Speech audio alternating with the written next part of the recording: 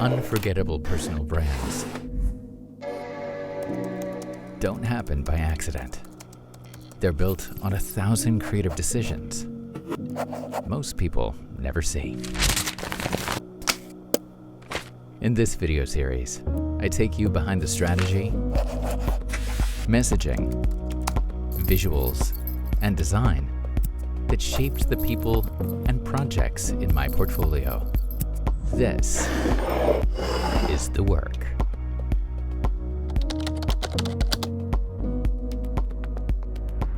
This is Diana Birdsall, a voice actor with more than 3 decades of experience and thousands of clients ranging from Disney to Samsung. She's won multiple Telly Awards and Academy of Television Awards. She's worked as a video engineer, producer, creative director, and now voice actor. Diana was actually one of my very first web design clients over a decade ago, and we became fast friends, stayed in touch, and over the years, I kept on saying, we need to redo your website, but we never got round to it. Until the beginning of 2026. We hopped on a Zoom call, started talking about where she was now, and the problem became obvious very quickly. Diana's website was good, I mean, if I do say so myself, but Diana's body of work wasn't just good, it had become exceptional, and the website had not kept up. I mean, who designed this anyway?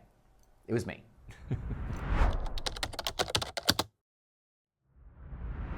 Now, this wasn't a bad website rescue. It wasn't embarrassing or even hurting her reputation. It had simply been outgrown. And as a caveat and disclaimer here, yes, I usually swoop in and fix outdated websites that have been designed by other people. But it was a refreshing change to redo a past client's personal brand website and social media. And honestly, because I had already known Diana for so long, it didn't feel like we were starting from scratch.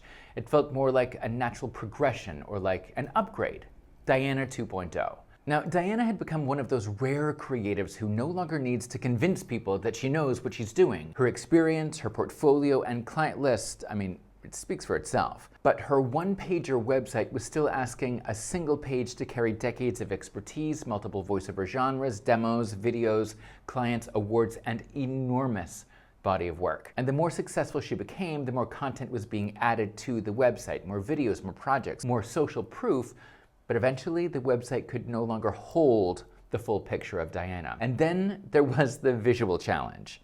Diana loves pink. She loves peonies. She loves femininity, pearls, beautiful fabrics, and all the little flourishes that come along with it. And yes, I'm purposely wearing pink for Diana for this video, just to prove my point. But the thing is, I knew immediately that this was a slippery slope that could wind up looking like Barbie's Malibu dream house. Because when someone operates at Diana's level, the visual identity has to communicate more than personality. It needs to communicate discernment, authority, taste, finesse. So the challenge was to create a refined personal brand capable of holding everything she had already become, while simultaneously leaning into the flourishes and whimsical nature of pink peonies.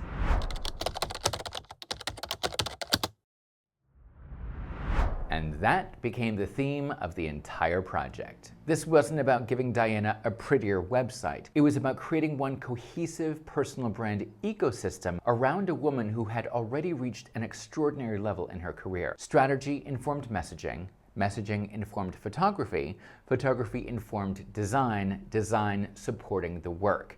And every single piece strengthened the next. We weren't reinventing, we were repositioning. Not more content, but better architecture. Not louder, just simply more refined. Because Diana doesn't need to sell aggressively. She's reached that level where the website simply needs to create the right atmosphere, present the right proof, and let the work speak for itself.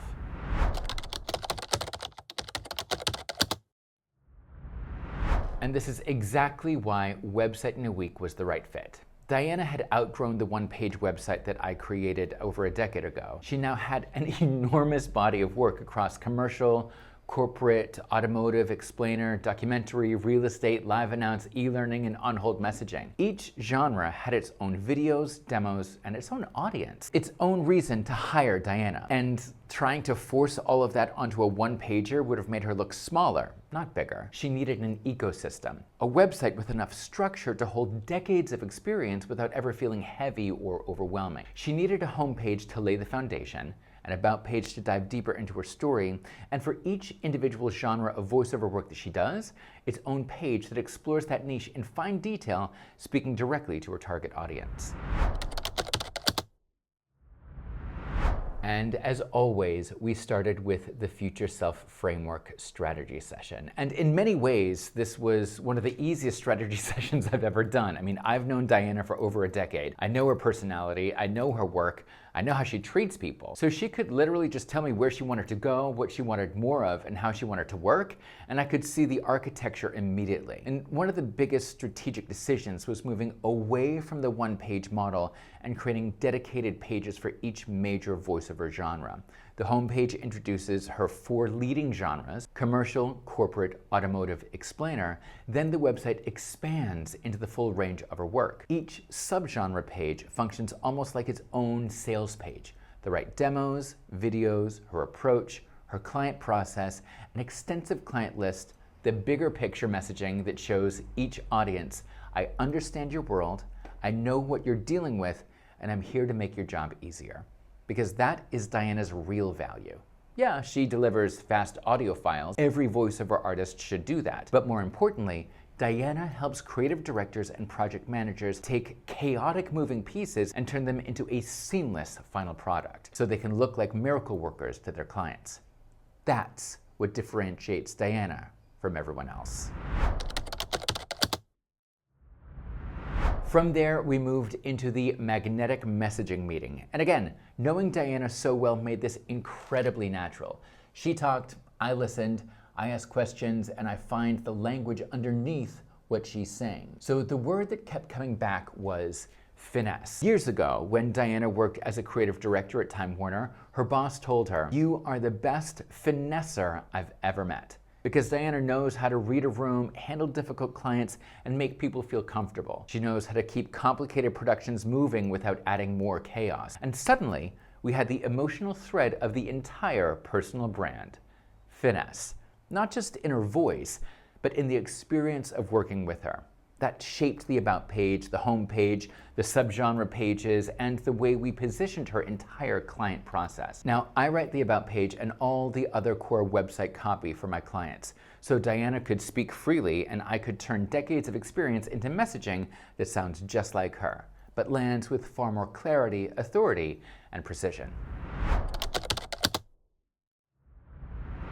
Then we went into the visual direction, and this is where the project took a wildly exciting turn. So we looked through my international directory of personal branding photographers to find some photographers in Portugal, but nobody felt quite right. I mean, some photographers we found were a little bit too amateur, on the other spectrum, too polished in that glamour shots at the mall kind of way, but nobody was capturing what Diana actually needed. A refined, accomplished woman with decades of experience who's still warm, feminine, playful, and completely herself. And we kept on joking, I should just drive to Portugal and take your photos myself. And eventually Diana said, "Get in the car."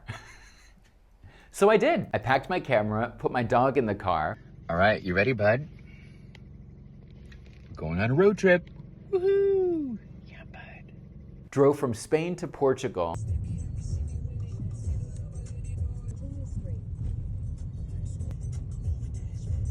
Three, two, one. Woohoo! We're in Portugal! Yay! No different. Buddy, are you ready? Go!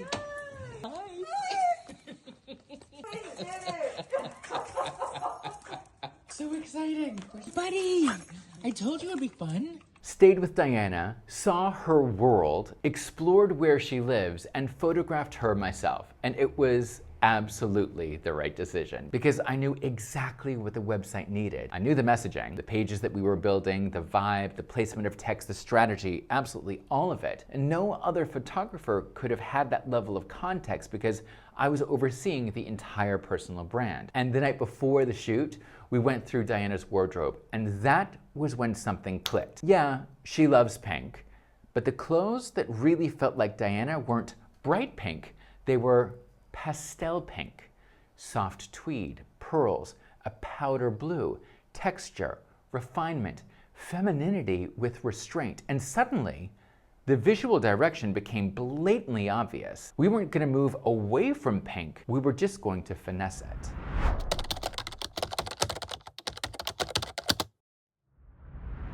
From there, I chose my Margot Hayes Refined Flourish Squarespace template, and it fit Diana perfectly. Because while I was staying in her home, Diana told me about the furniture that she loves. Now, she takes pieces that already exist and works with a furniture maker to reinterpret them in a way that feels more like her. And that told me literally everything. Diana does not want minimalist for the sake of minimalism. She likes detail, personality, a fabulous flourish, but always elevated, considered, and refined. And that's exactly what the Margot Hayes template gave us. Enough personality to feel distinctive, enough structure to hold an enormous body of work, and enough restraint to let Diana's authority speak for itself. Choosing the right template first made everything else stronger. Then came the design and customization, and yes, there were peonies, like lots and lots and lots of peonies. Peony wallpaper, peony icons, soft floral details, and whenever it started to feel like too much, I pulled it back. A darker overlay, more negative space, a quieter section, more restraint. We used the same principle Diana uses with her furniture. Take something beautiful, make it personal, add the flourish, then know when to stop. And the color palette came directly from Diana herself.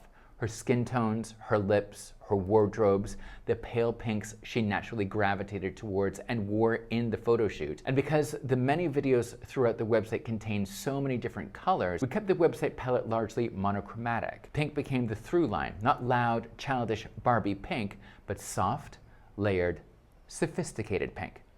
And speaking of videos, the other major visual decision was allowing Diana's work to become the star on her website. She has an extraordinary amount of portfolio video content for a voice actor, so the visual hierarchy became very clear. First, the work, in this case, the videos, then the personally branded photography of Diana. The website doesn't need to tell you how successful Diana is, it literally shows you.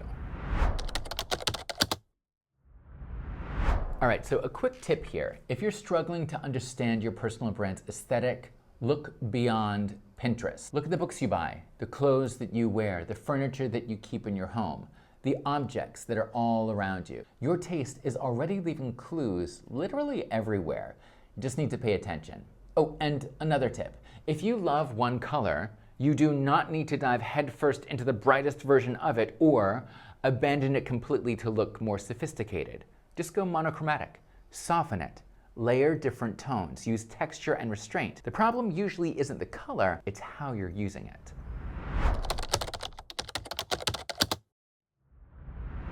All right, so this became a full-service personal brand project, which I absolutely loved. We created the strategy, the messaging, the photography, the visual identity, the website, the dedicated genre pages, the video architecture, the client proof, the calls to action, and then we built the launch around it. I created a full social media launch pack with 1 week of content, 2 posts per day across Instagram, Facebook, and LinkedIn. And we created additional social content for when launch week was over and everyone else was blown away by it all. Because if you are going to invest this much into building a personal brand ecosystem, the launch should not feel like an afterthought. The strategy should carry all the way through.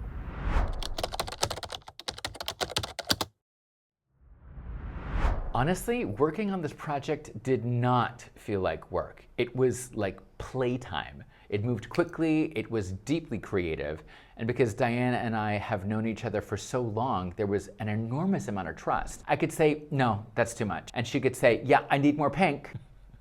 And somewhere in the middle, we found the exact balance. She knew her craft and I knew mine, and we trusted each other enough to create something neither of us would have made alone.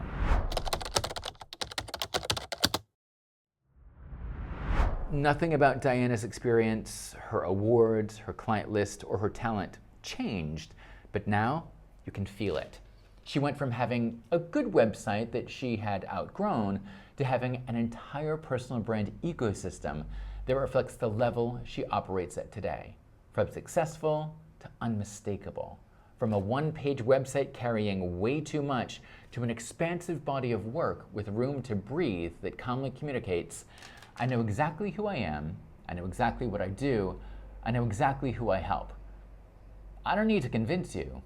The work speaks for itself. So, what happens when one person oversees the entire personal brand from strategy and messaging to photography, design, website launch, and social media? Well, this.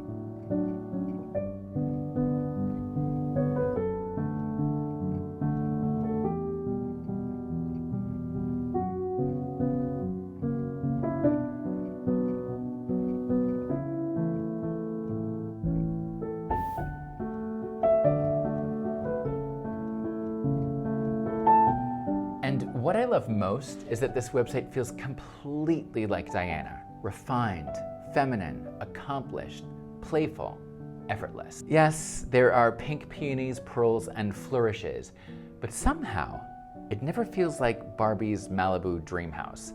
It feels like a woman who has spent decades becoming exceptional at what she does and has nothing left to prove. And you can feel that the second you land on her website.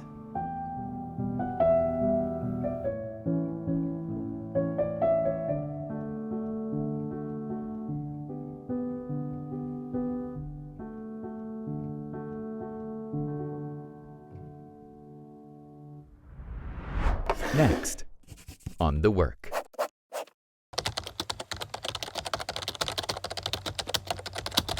Her old website was one of the most outdated websites I have ever seen. It'd been built years ago by someone who was charging her an outrageous amount of money while also holding her domain hostage. Search engines couldn't even read it properly.